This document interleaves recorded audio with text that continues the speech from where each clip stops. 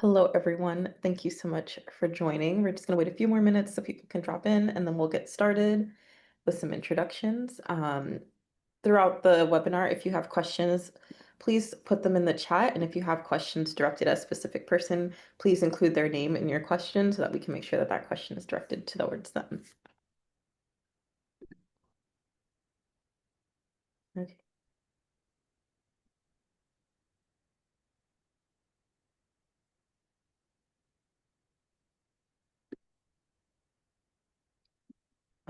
Let's get started.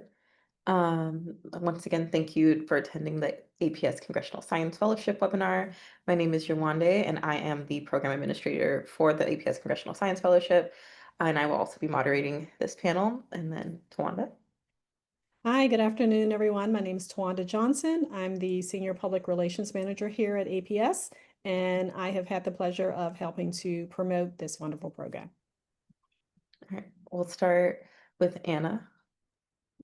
Hi, good afternoon, everyone. My name is Dr. Anna Quider. I was a 2011 APS Congressional Science Fellow. And since then, I had worked after the Hill. I worked at the State Department on a AAAS Science and Technology Policy Fellowship. Then I worked in higher education, where I ran the DC office for Northern Illinois University. And now I run my own consulting firm called the Quider Group. And then Sophia. Hi, everyone. I'm Sophia. I use she, her pronouns. I was the 2023-2024 APS Congressional Fellow with Senator Whitehouse, and now I'm a AAAS Fellow, Science and Technology Policy Fellow with USDOT, Department of Transportation. And last but not least, Lauren.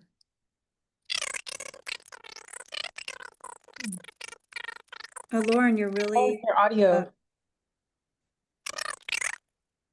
Your audio. Your voice is modulated. like a chipmunk. Yeah.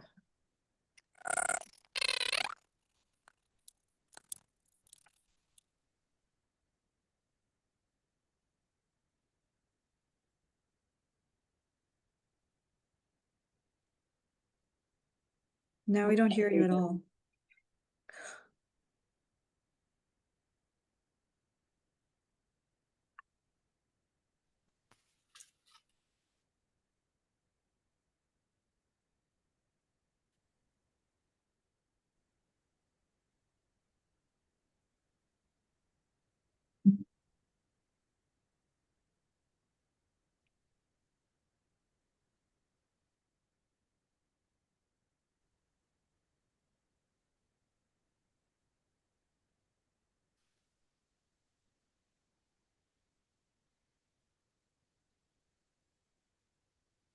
Okay, we are going to move on for just a second, and then Lauren, when you're good to go, we'll take it from there. Okay, so next, we're just going to start with some frequently asked questions about the program, and then when we get Lauren back online, we'll complete her introduction then. So first, the first question is, how do I find an office to work in?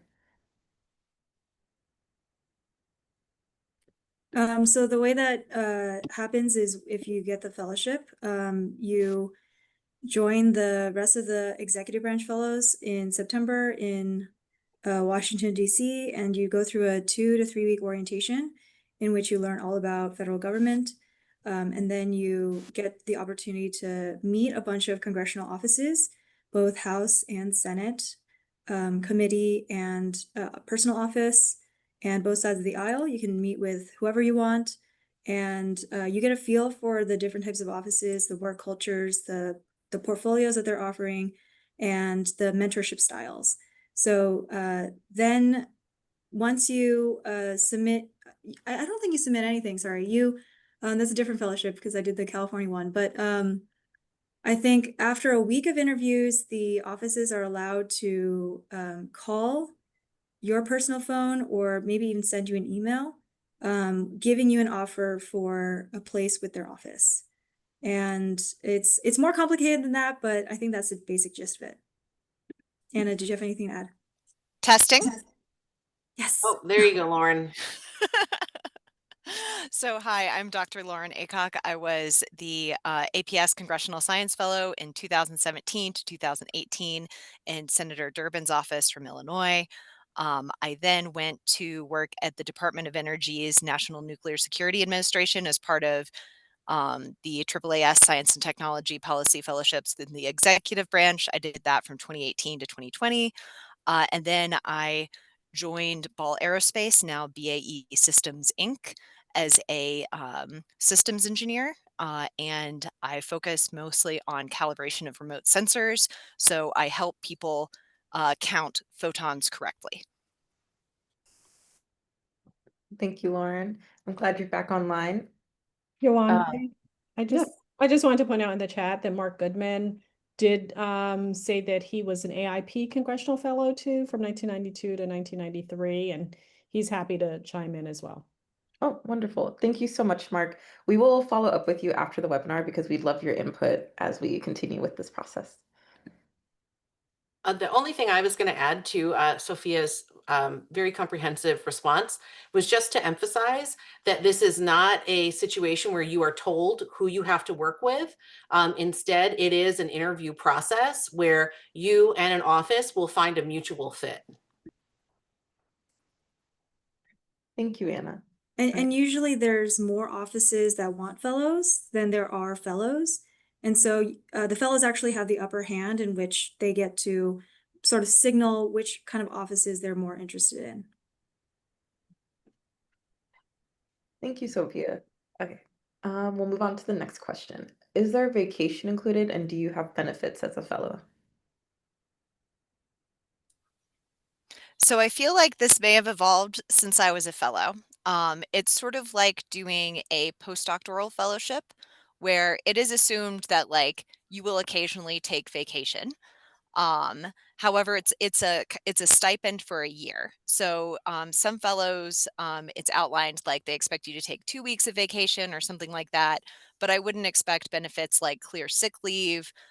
There's no 401k, so it's not like a job where you get benefits. There is healthcare associated with the fellowship. And then I think this might be more of a question for APS staff than me. But I do believe like how it kind of worked is like when the Senate was in recess, that was a good time to take vacation if you wanted to.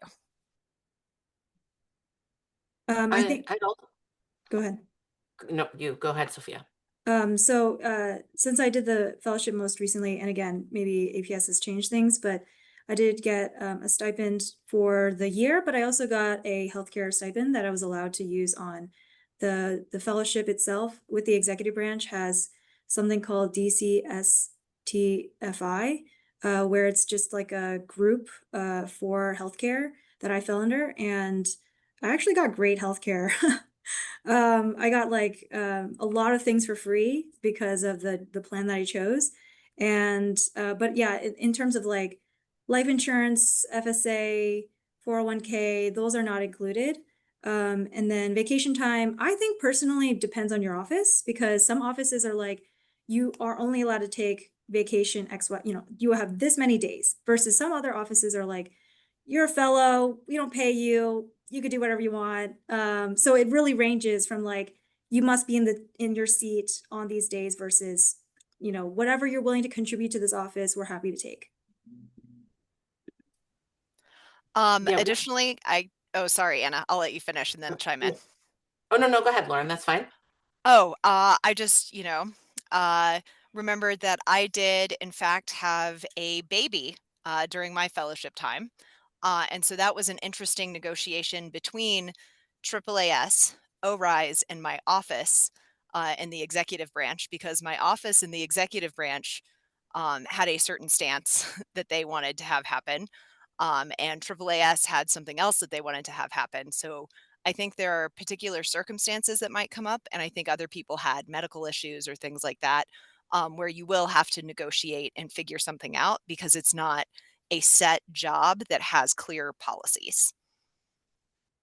Thank you so much, Lauren. Yeah, to that point, I was going to add, when you think about Capitol Hill, right, as Sophia pointed out, you have all of the House personal offices, which is, 430 something. You have all of the Senate personal offices, which are 100 of them. Then you have all of the committees, and the committees have Republican staff and Democratic staff. So there are lots of places.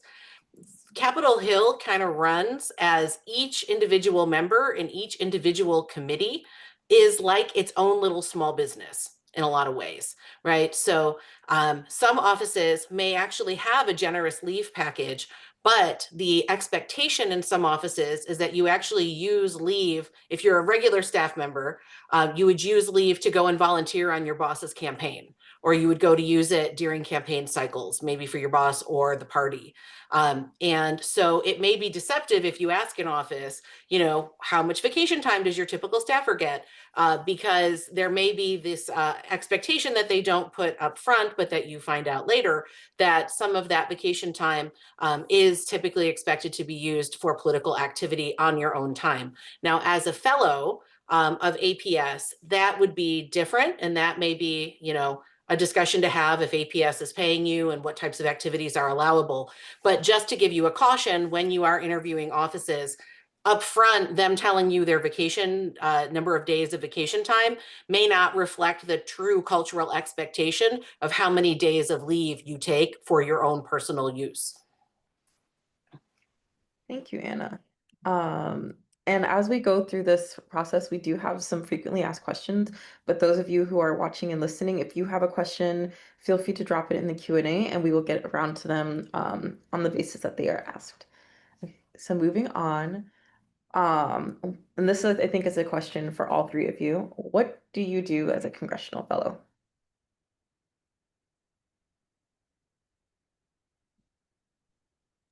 Well, do you want to lead us off, Sophia, as the? No, I feel like we should go to most recent. Like, I think that would be more fun. Okay, so start with Anna and then Yeah, finish I'm with you. curious, like, what you guys did in 2010, 2011.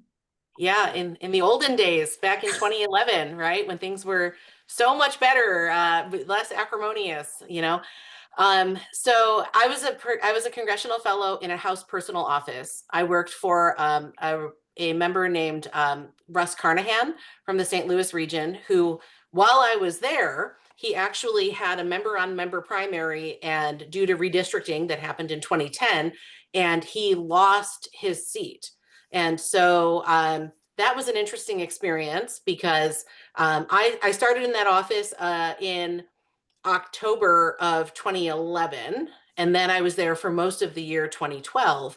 And so it was a strange situation because we knew partway through 2012 that he was not going to be reelected because he lost the Democratic primary. And so what happened is people started quitting, right? Because people need jobs. And so it ended up where it was a great opportunity for me because I was on a fellowship. So I was paid, until the end of the fellowship, which was into late 2012.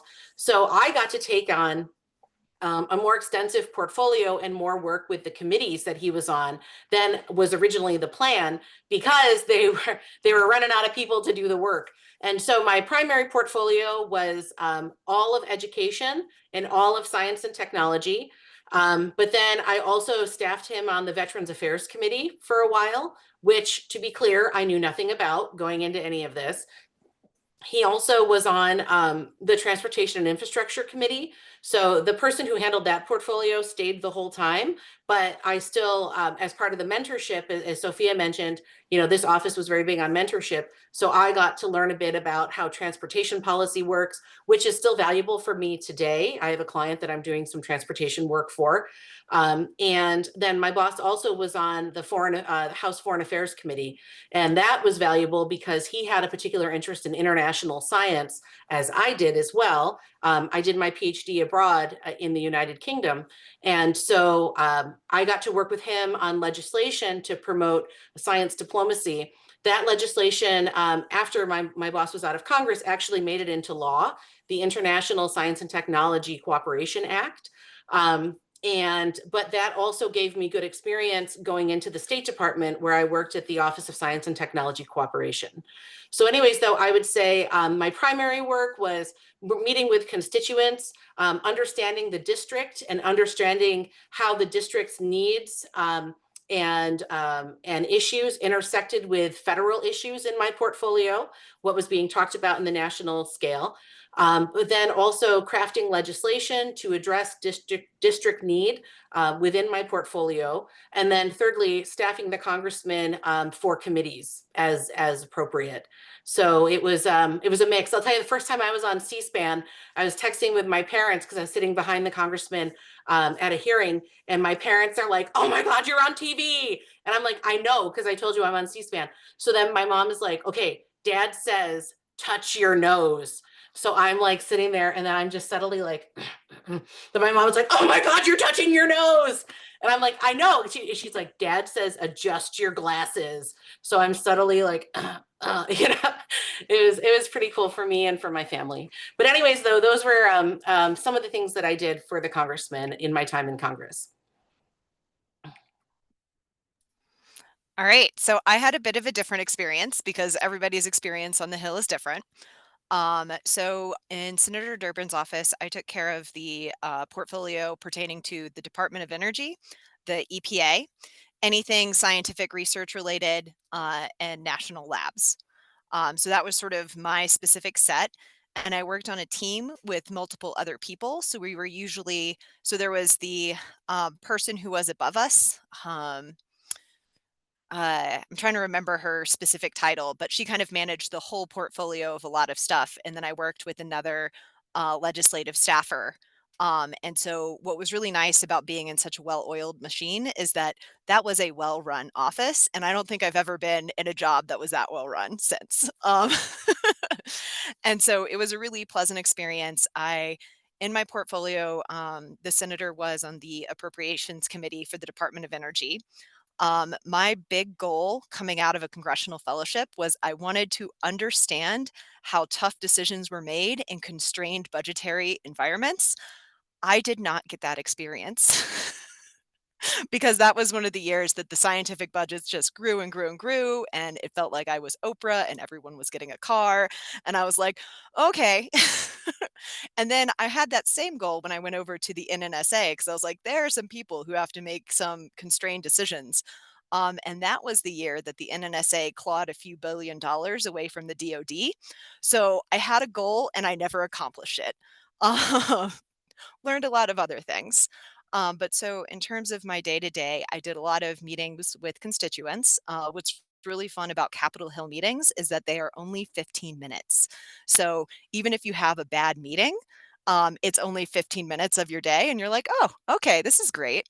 I also wrote memos weekly to keep my senator abreast of the issues. So I got really good at condensing everything I had to say into 2 sentences, which was really hard. Sometimes I got 3 if it was a busy week. Um, and then I also wrote other memos on certain issues where I think a lot of what I did was learn how to write quickly and condense my ideas and distill it to the point and not provide a whole bunch of background evidence, which is not the training you get as a scientist. So I felt like leaving my fellowship, I was very good at writing very precisely. It's a skill that you lose if you're not exercising it every day, but it was really cool to sort of gain that skill. I also, as senators don't pass as much legislation as House members, so you tend to write letters. So you write letters to the different agencies that you might oversee, or if one of your constituents is having a problem, you write a letter to an agency. So during my time at the senator's office, I got to write a letter to the EPA, and then they did something. So that was really exciting. All right, Sophia. Okay, so I had a completely different experience than the other two women because, again, like the Congressional Fellowship is so different. It's really what you make of it. I came in having a background in my PhD was in carbon capture and membrane materials, so polymer physics, and then I did a California EPA not congressional. I was like a legislative analyst, like California policy fellow, and And so that was in hazardous waste. I had like maybe 3 or 4 years into my PhD, I was like, I really like, I'm obsessed with transportation. Like I really want to know more about it. I have all these questions, like why are cars getting bigger? How do we solve this public transit fiscal cliff? And I wanted to, there were 3 things I wanted to do when I matched with an office. I really cared about like bipartisanship. That's why I wanted to do the Congressional Fellowship. That's something you don't have to worry about in California because supermajority. The second thing is I wanted to get more into the transportation policy world because it's just something that I've always had an interest in. I had so many questions, and the Senate seemed to like a great place to answer the Congress seemed like a great place to answer those. And the third place was mentorship. Like I wanted a good somebody who's approachable, somebody who's knowledgeable, somebody who's available to answer all your questions as a mentor. So I got all 3 of those things with Senator Whitehouse's office.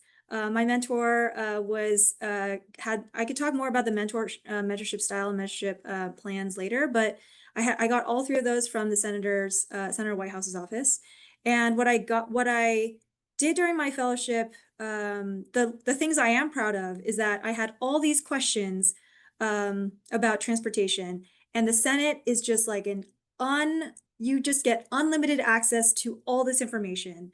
You get executive directors calling you back. You get CEOs emailing you back because they want money, and the Senate will give you money. And so I had all these questions. I literally would meet with my mentor every week or every other week. I had like these long Word docs, like 3 or 4 pages of like ideas and questions and like things like that.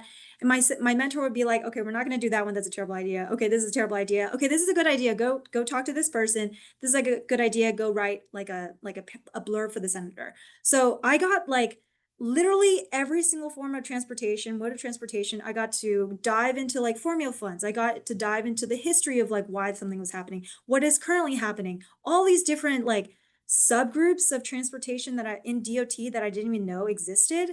And so that's what I really wanted to get out of it. I knew there were some people in my cohort who were like, I really want to introduce policy. I really want to introduce a bill before I finish. And I was like, I don't really care about that. I care more about like the unlimited access to information, and also what are some bipartisan ways in which we can, further some of these issues along. So that's what I got out of it. In terms of day to day, I think I would get in at 9. I would pretty much spend 9 to 10 a.m. just reading news. There's so much news all day, all the time. I had like Punchbowl, I had like New York Times, I had Fox News, I had everything coming into my email, and I would read everything, and like it's almost like Gossip Girl the way that they're written. And then I would start with meetings. There would be meetings, there would be hearings, there would be like, you got to get these memos out. And then I would lead like the end-to-end approval processes for a lot of the memos that would go to hearings, or a lot of the letters, or things like that. And then in the meantime, I was also just like going to a lot of briefings. There's so many briefings that happen in and around Congress with lobbying groups or like nonprofits that just want information to be given to these congressional staffers, because say this congressional staffer only has I only have knowledge in like energy environment, but maybe I'm staffing, for example, veteran affairs. I know very little about veteran affairs, but there are many groups that have that knowledge and have that expertise that they are more than happy to pass along to the staffers. So lots of briefings about transportation, and just also meeting a lot of people. I spent a lot of time with coffees, meeting a ton of people around Congress. I was trying to get a job in Congress during my executive branch fellowship, but that's not really happening right now. But just like meeting a lot of people and like getting to know them, like, why did you get into transportation? What is your process? Like, do you have any ideas that we could work on, and things like that. So it was like a lot of talking, a lot of writing, and a lot of like learning. I think that's how I would summarize my day to day. Thank you, Sophia. Thank you all for sharing.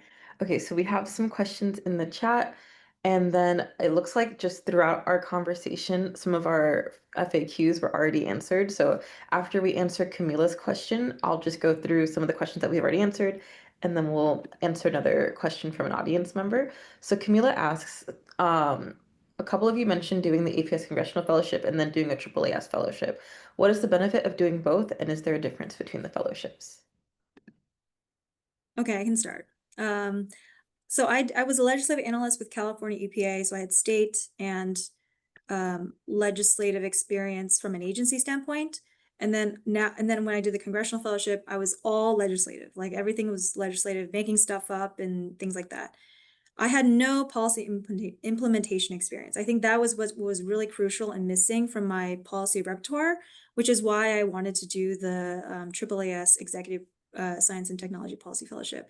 And also just like go into DOT and like and actually meet the people that I was like trying to learn about, and actually meet these people and learn way more about like all the different subgroups of transportation that are being regulated or given grants to. So there's like just so much information to learn when you're first starting out in policy. So highly recommend the executive branch policy fellowships. I think they're also expanding this year to nonprofits and maybe like some non-traditional government placements. So it could be interesting to do an executive branch fellowship these days. Yeah, so when I was on the Hill, as Sophia mentioned, you just learn a lot every day, and you learned a lot about what you didn't know. So I had just completed my PhD and I enjoyed research, but I did not want to keep doing it. It didn't have the elements of something that would make me wake up excited every day, right? Like you learn a lot about one very specific thing and you do one very specific thing, and then there's all the self promotion that goes into research in order to do it successfully. So then when I went to the Hill, I really wanted to learn what was out there, like what are the possibilities. My parents had very straightforward jobs, so like I don't know, I didn't feel like I had any idea of how the world worked. And so it was nice to go to Congress and get to talk to a lot of people and just sort of see what were they doing with their lives. So it was kind of cool because they'd come into the office with this like, I have this ask for the senator, and I'd be like, yes, but who are you? um, and so that was really fun. But I felt like in the Senate, I got a lot of broad experience and you couldn't go too deep, but I definitely figured out how to learn. I did a lot of really cool stuff with air quality outside of Chicago. And so that was some of the EPA work that I did. And I learned a lot about that. And so when I finished up my Congressional Science Fellowship, I was like still hunting for what I wanted to do. Some people do the congressional fellowships and they're like, yes, I want a job in Congress. That was not me. I was like, this was great. I have this great experience. I want to do more. I want to execute. Where I found myself was actually at a program evaluation office for the Department of Energy. And then, so working in program evaluation was very interesting because I wasn't getting to do anything. I was evaluating what other people were doing and how to quantify that and how to incorporate that into the mission, how to communicate a vision. And so then that's where I finally wound up in a technical job, which I'm really enjoying. And it was really cool because for a moment I was coming full circle because I was working on this really cool satellite called GeoXO ACX, which was a NOAA weather satellite, which would have looked at atmospheric composition and pollution. So I felt very connected back to what I was doing in the Senate office. That program has now been terminated. So bummer. But yeah, so I think the advantage of going from Congress to the executive branch is that when you go into the executive branch, you're bringing all of the knowledge of how Congress works, because the executive branch doesn't know what's happening over there in Congress. And so that's insight. They will turn to you in your office. You'll be working with people who've been in the civil service for like decades. And they're like, so what's going on in Congress? So I thought that was pretty cool. Yeah, I will say also just echoing, I endorse the statements made by my colleagues. And I would also say that I was on, as a congressional fellow, I was on the job list for AAAS fellows because the APS participates in the broader AAAS Science Policy Fellowship ecosystem. And so early on, back when I applied, the timing wasn't as tight as it is now. You had like several months in your fellowship, like your congressional fellowship, before you had to decide whether you wanted to apply for the executive branch. So I had the advantage of seeing several months worth of job posts come through, and everyone's like program management, program management, program management. And I'm like, I don't even know what this is.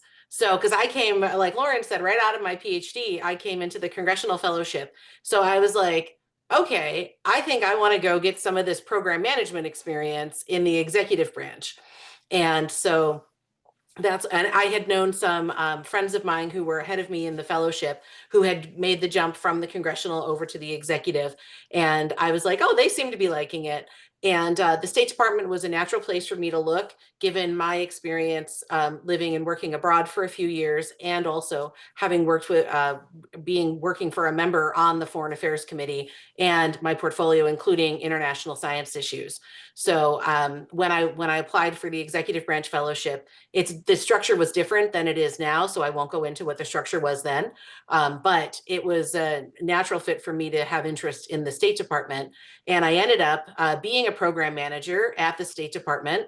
And, I really, to this day, the knowledge of how decisions are made and how money moves, and that there's, different types of money in the federal government, and they have different clocks on them and different uses allowed. And at the State Department, you have to be conscious in what type of money is spent in which countries and all sorts of things like that. So that was really valuable for me to learn. And it's experience I would not have had, in depth of knowledge I would not have had if I had not done an executive branch fellowship.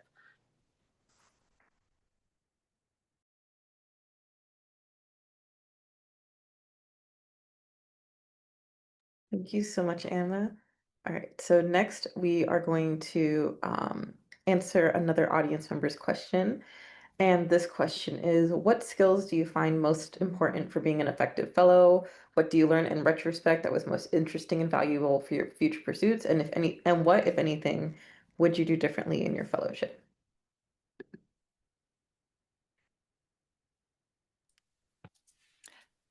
So I think the most valuable skill was learning how to learn. I definitely learned a lot of different things. Another skill that you want is you want to listen and respond to other humans. Um, I feel like that's something that I had to flex more as I transitioned to Congress. I remember, so I don't know if you guys know this, but I am cool in a pool of physicists. When I got to Congress, I remembered how socially awkward I was. Um, so I had to work on my people skills, and I kind of modeled after the people around me to figure out how to engage in small talk, because I was used to physicists where I could just ask pointed questions and that was considered normal social behavior. And then I think I wouldn't do things differently. I got really good advice from Anna, actually, to do something cool with my APS travel funds. So what I was doing was I was going and visiting all of the Department of Energy national labs. And it's really fun visiting national labs as a staffer, because they like get really excited that you're coming. You get to meet the director. They're like, "Oh, can you be flexible? Because the director really wants to meet you." And you're just like, "Okay, I can be flexible." But that was a really good idea. And at the time, I was kind of racing Secretary Perry to get to all the national labs. He wound up pulling ahead of me, but I think it's only because I was in my first trimester of pregnancy. So I had that handicap.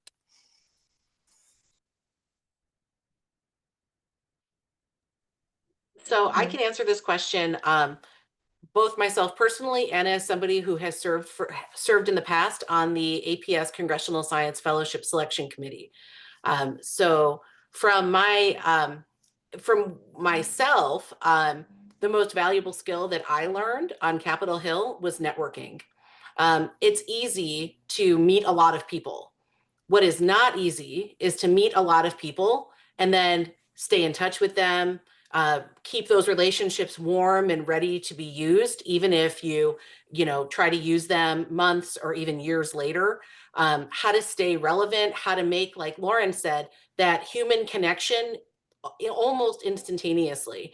That has been really valuable because I went on to be a lobbyist. And so my job and my career is built around networking and relationship building. And so that was very valuable for me. I would also say another valuable thing from my work on Capitol Hill was figuring out which timescales I like to work on. So I knew from being a researcher the like decade time scale for impact is really not where I want to be. I also learned on Capitol Hill that the 15-minute time scale for impact, you know, where you're like, surprise, the boss is going to do this interview and you need to give them talking points, and you literally have 10 minutes to write talking points on the Affordable Care Act, which you know nothing about, but you're the only staffer in the office right now. That I was like, okay, I'm really not a like 15-minute time scale person. I'm like, but am I a 6-month time scale person? Am I a, you know, 1 year? Am I a 3 to 5 year? And so I got to try on these different time scales of impact in the Congressional Fellowship, and then of course in the State Department. And that really thinking about what type of impact I want to have and the time scale for delivery and impact has shaped decisions I've made in my career. So I'd say that was something that's been very valuable for me. In terms of what I would look for when I'm interviewing folks or reading applications for the APS Congressional Science Fellowship, I look for flexibility, because as you hear, myself, Lauren, and Sophia all have had different experiences. We've had different placements at different points in time in our country's political ecosystem. But a common thread is all of us have to be able to think on our feet. We have to be able to work with a lot of different types of people. We have to be able to handle lots of different kinds of information and be successful in different social settings and professional settings. And so I look for experience that shows that somebody is flexible and adaptable. So have you served in other leadership roles? Have you done, do you have experiences that show that you can work with people with different perspectives, or you can learn information? You know, did you serve on your graduate student collective bargaining unit, right? Where you're talking about maybe like healthcare issues, not just, you know, working conditions in the lab or something. So I look for that type of thing. And then another thing to know on Capitol Hill, you will necessarily have to be deferential to people who are younger than you, but have more knowledge and experience in congressional process than you. And so you could be somebody, you know, maybe you're Dr. Quider, you know, I'm like feeling the biggest, baddest astrophysicist around. And I have a lot to learn from the 22-year-old who's been working in that office as an intern, and then now is like mentoring me on how to be successful in the Capitol Hill environment. So being able to take input and guidance and advice from folks, you know, where you may feel in a traditional academic pecking order, you may be, you know, the roles would be reversed, but that's something to be aware of, especially if you're one of our physicists who are maybe looking to like take a sabbatical. You know, that person who was in your, you know, from Stonehenge to Hubble astronomy intro non-major class could literally be the person who is mentoring you and guiding you in your time on Capitol Hill. So I look for folks who I think can be successful in those types of situations as well. What I usually tell people in terms of skills important for being an effective fellow is writing, reading. And when I say writing, I mean like it's a completely different method of writing. You know how in academic papers, we do like the whole, this is the problem and this is how I did it, and this is these are results, and this is these are the discussion, here's the conclusion. And then when you're writing a memo for a senator who has like literally 2 minutes, you're like, here are the 2 sentences. Like Lauren said, like these are 2 sentences you need to know. All right, go. And then so writing a completely different way. Speaking a lot. You're going to talk to a lot of stakeholders who have a lot to say to your member of Congress. So it's a lot of speaking. It's a lot of knowing how much to say, how much to pull back, you know, that kind of thing, networking as well. And then the third thing I usually tell people is the perseverance. So Congress moves very slowly. So I know people who are like, I've been working on this for 10 years and it's finally in a vehicle that's moving. So understand that it's extremely unlikely that you're going to be working on a thing that is going to pass and get signed into law. More likely, you're going to be understanding the process and learning more about the kind of policy levers that you can maybe pull in the future, and meeting a bunch of people who are also, in that same vehicle direction. Sorry for the transportation puns. Okay, so what did you learn in retrospect was most interesting and valuable? So I actually learned about the project I got hired to do with USDOT. I don't want to go into the specifics, but basically very niche transportation stuff that I get very excited about, and now I work on it. What, if anything, would you do differently in your fellowship? I think I would talk to way more people on both sides of the aisle. I think I spent a lot of time, like maybe I spent too much time thinking about transportation policy, and I should have spent way more time like talking to people on the other side of the aisle. And like my favorite thing when I meet people in DC is like, oh, where are you from? And they usually say something like, California or Nebraska or whatever. And then I ask, what is your favorite fact about California, Nebraska, Florida, whatever? And that usually gets them going because they're really, really proud of where they came from. Or if they're not, they're like, oh, there's a reason why I left California. And I'm like, okay, what's your least favorite fact about California? It's just like you get to know these people on a much more personal level. And it doesn't really have to do anything with politics. It's just like, oh, California's beaches are like forever public, like fun facts like that. And then I share where I'm from. So being able to connect with people on a personal level and getting to know them, not just from the headlines, but like actual human beings, is probably what would have spent way more time doing to just to get things done. In the Senate, people stick around a lot longer, and getting things done would require you to foster those relationships. Thank you, everyone. So we are going to move to the next part of our webinar, but I appreciate you all for sharing your experiences, for being so lively and fun to listen to, and I hope that listening to our alumni has made you excited to apply, because now we're going to talk about the application, which is where I come in. So first, our application deadline is November 4th. And our requirements are the following. We've adjusted our education requirements. So you can either have a master's degree with 3 years of policy experience or a PhD in physics, or you could be in the process of getting your PhD. So if you know that you will have your PhD by the start of the fellowship, you are also welcome to apply. The next requirement is to be a US citizen and an APS member at the time of your application. And as an APS member, we do prefer candidates who show active engagement with APS, so attending meetings, submitting to journals, participating in units, volunteering with our advocacy, anything like that. And then last but certainly not least, just demonstrating your interest in science policy through your academic, professional, or community work. And then our application is pretty simple. First, there's an About You section. So we'll just learn about you, your institution, and how you learned about the fellowship. And then from there, you'll submit a letter of intent. So one of the things that you heard through our alumni's experience is they all had a goal for going into their fellowship. Whether they were able to reach it or not, each went into their fellowship with the goal. So as we're evaluating applications, please feel free to articulate that goal and what you hope to get out of the fellowship. That makes a strong application. And then you will submit your resume up to 2 pages, including an optional 1-page publication list.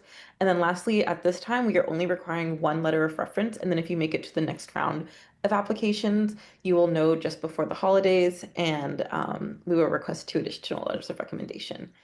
Beyond that, I'm trying to think. Beyond that, yes, Want to go Laura? into?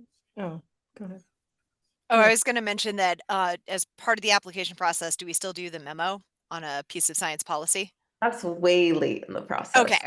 Way late. Yeah, but we I do have that. I have some fun tips for that if you want to come back to me when you get.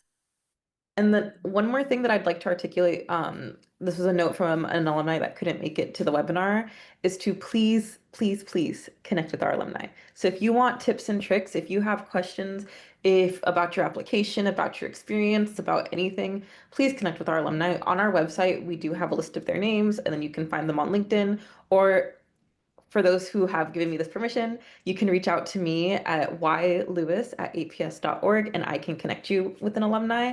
But that is a great way to ensure that your application is competitive and strong, is to connect with people who have already been through this experience. Can I put a fine point on that? Yes. So you may be sitting there thinking, there's no way Yolanda really expects us to shoot an email to these random strangers. And I would say, check inside yourself. because what you will be doing if you work on Capitol Hill is routinely sending emails to complete strangers. And so I think that this is really an important way to gut check for yourself, right? Is this an opportunity that I feel prepared for? If you feel hesitant in shooting an email, of course you don't necessarily just need a blanket, there's a lot of years of alumni on there, but you could take a moment to look at our experiences, right? See who could be a good fit. Maybe they have a disciplinary connection, like I'm an astronomer, and et cetera. But my point is, I've mentored a lot of people over the years who have applied for this and other science policy fellowships. And I think I use this as kind of like an initial litmus test. Like, are you dispositionally prepared for an experience like this? Is this the right time for you? If you feel like you are resistant or feel like it's a bridge too far to shoot an email to a very welcoming, smiling face stranger who really wants you to email them, then that's an important data point for you. But we do truly expect it. I probably get for this fellowship, I probably get 10 to 12 random emails a year just from random people who want to have a 30-minute chat about my experience or shoot part of their materials over to me. And I consider this as part of the experience of paying forward the tremendous investment in me that APS made. In addition to my leadership service that I've done over the years for APS through the Forum on Physics and Society, we really all take seriously this investment and commitment that the physics community has made in us and APS has made in us, and we all pay it forward. So just please do reach out. Yeah, I used to get a lot more, but now that I'm further away, less people reach out. And it was really funny because for a while it was everybody from Cornell who wanted to apply. Uh, so, I will talk to other people besides people who went to Cornell. Yeah, I think before I did this fellowship, I must have talked to I don't know about you guys, but I had a really bad PhD experience and I was like, how do I prevent this from happening in my my life after PhD? And I talked to maybe 100 fellows, like for California, for New Jersey, for the Congressional Fellowship. I was and it's very abnormal. You don't have to talk to 100 people. Like I'm probably got like all the information I needed from 25, but I was like, I need to be sure. And I did get a lot of information from it. And it also helped me just numb the fear of oh my God, I have to talk to these new people. But now it's okay, I know what to say. I know how to be not awkward and I know how to what questions to ask or what would actually be useful for me and not just waste these people's time. So I think it really, really helped me. And I'm way more than happy to pay it forward because I really think that contacting all these different people and learning different things from all these different people helped me to get me to where I am now. There's something else I wanted to add in terms of the litmus test, but maybe it'll come to me later. While you're pausing, I only talked to 5 or 6, so you don't have to talk to 100 if you have really good conversations with 5 to 6 people, but do get a few different viewpoints of experiences because as you can see, we all had such a diverse range of experiences. So don't think one and done. Yeah, the thing I wanted to say, maybe this is kind of lame, but in the wise words of Taylor Swift, enthusiasm gets you so far. So as long as you get really excited, we're really excited to help you. And yeah, as long as you're not just wasting our time, then but don't think that. I used to be so stressed out even about asking for letters of recommendation. I'm like, oh my God, I'm wasting their time. And no, they invested time into mentoring me to write me a letter of recommendation. So don't be worried about that.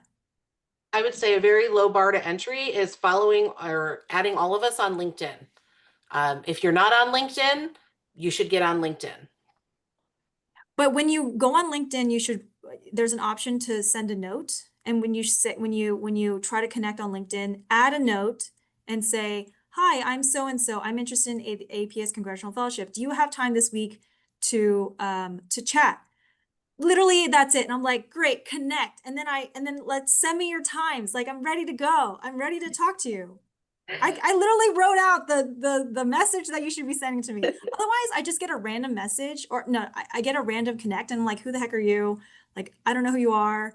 I'm not going to engage because stranger danger, you know, but if you're like, I'm interested in talking about the California Policy Fellow or the APS Fellow or the AAA, anything, like I'm happy to chat. Okay, so I have a few more, we have 10 more minutes left of this webinar. So if you have any final questions, feel free to ask them. But I also wanted to add that our alumni normally serve on our selection panels. So now I want you to go from being a fellow to being a selection panelist. And I have a few more questions. So first we have a question from Acacia, who wants to know, what advice do you have for a successful application? I feel like we've given some advice already, but just overall, what do you think makes a successful or competitive application?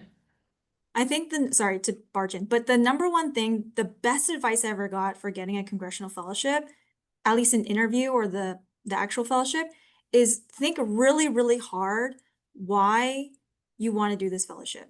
I mean, yes, it's cool to be in Congress. Yes, it's cool to like walk around and see like Bernie Sanders or AOC on the streets, but like, why exactly do you need to do this fellowship that you cannot get in any other experience, work experience, fellowship, postdoc, whatever? For me, it was bipartisanship. I was working at in California. That is not something that we really need to care about or worry about. And so Congress was a great place for me to learn about bipartisanship, being very clear about that. And then once you have that goal, you can shape your application why you are the best person to be the fellow. So I would say I put the heaviest weight on the personal statement or the statement of intent. That is what I weigh the most. So usually when I'm evaluating applications, that's what I read first. That's what I read first. That's what I put the most weight on because I want to hear about who you are, what you would contribute, and what you want to get out of it. That's what I'm looking for. And I'm looking for a well-written, concise, like, tell me who you are, tell me what you can contribute, and tell me what you want to get out of it. I agree with all of those things. And I had mentioned earlier, sorry, I jumped the gun on you about some of my things that I look for. But I would say in terms of, I agree with being clear about what you want, but let me tell you an example of an application I read that I did not think did that successfully. They said their goal for this fellowship was to institute the soda pop tax from New York City nationally. And that is how they would define success as an APS Congressional Fellow, Congressional Science Fellow, is if they could achieve that legislative win. And so that was a little too narrow, right? Because like Sophia said, Congress takes a long time to do things, to make actual policy changes, et cetera. I think if you said you're really interested in health policy, here are the types of issues that motivate you. Here's an example that you see from a different legislative context that, you know, would be something you'd be interested in seeing how it could work at the national level. Those are things I think that are good. But this person specifically was like, my time will only be a success if I can pass the New York City soda pop tax nationally. So that, and I would also say on the other hand, another example of what I consider a less successful motivation is, well, I'm going to teach Congress. If only they knew more about insert your type of science, then they would make better choices. So I'm here as national expert to go and just teach them all about my science or the things that I care about. And, be like, I would say, if only they knew about how important high redshift galaxy studies are, they would spend at least 10 billion on, at least one, hopefully two new mega, extremely large ground-based telescopes, which is something that they're discussing. But that's not it, right? So you can't come at this from a perspective that Congress is a bunch of dummies and they just need you to come in and save them from their ignorance.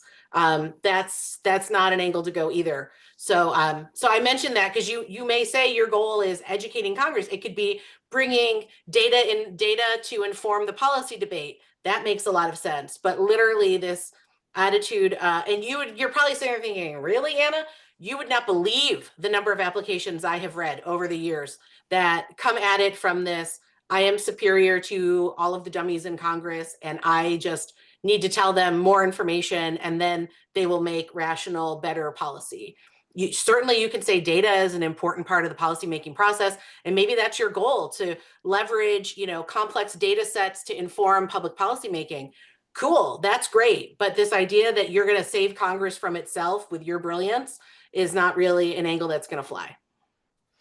All right, I know we're running out of time. I'm going to sneak in two things. Going off of what Anna said, where that really shows that you didn't talk to anyone who did the fellowship.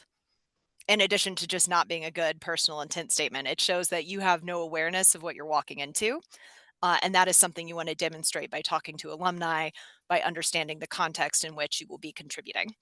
Another thing is I do want to mention the memo that is part of the interview process, because where I see a lot of applicants stumble is they write a memo that they think the APS wants them to write.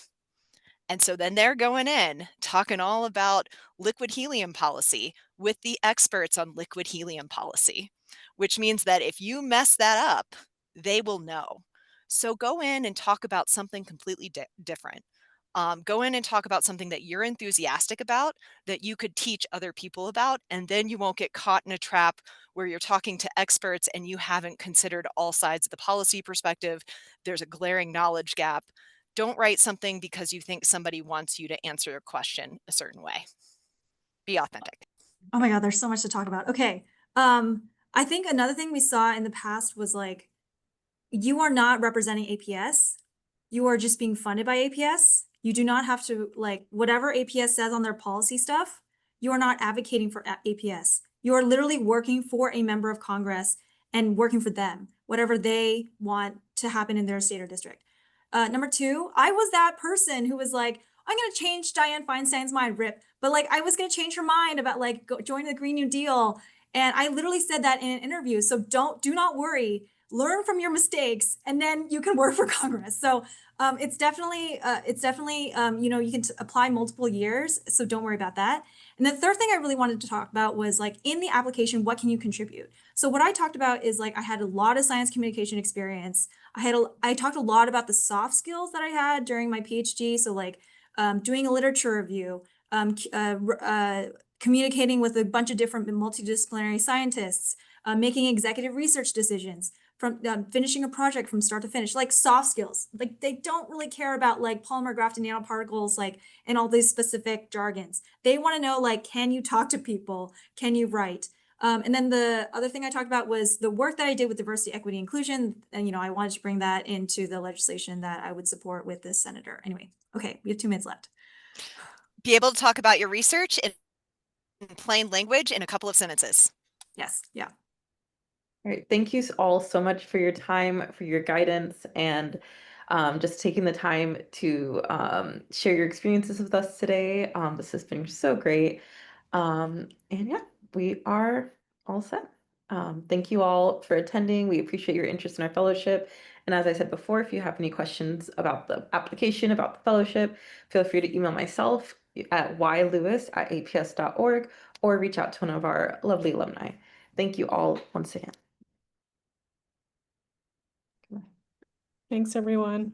Thank you. Can we take a picture? Yes. I was just waiting to Okay, so let's stop the everyone goes. recording and then we can take a picture. Okay, I just didn't want Lauren and Sophia to be like, see ya. No. Okay, stop the recording.